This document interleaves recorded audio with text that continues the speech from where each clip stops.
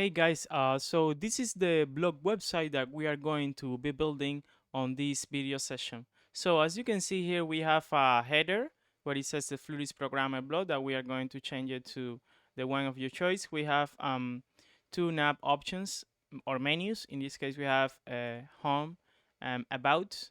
After this, we have like three articles. And as you see, if I hover to each of them, there is like a slight elevation and the box shadow changes a little bit. This is something that we can do with CSS.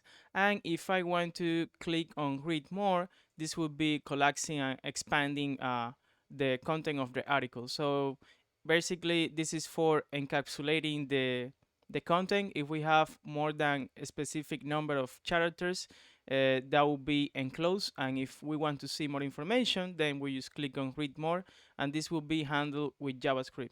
And at the bottom, we have the footer where we have 225, the Fluidis programming. And as you know on the previous session, you can change this to your name. So in that way, you can show off to your friends or your family. So let's continue to the coding session because it's going to be very fun and very entertaining.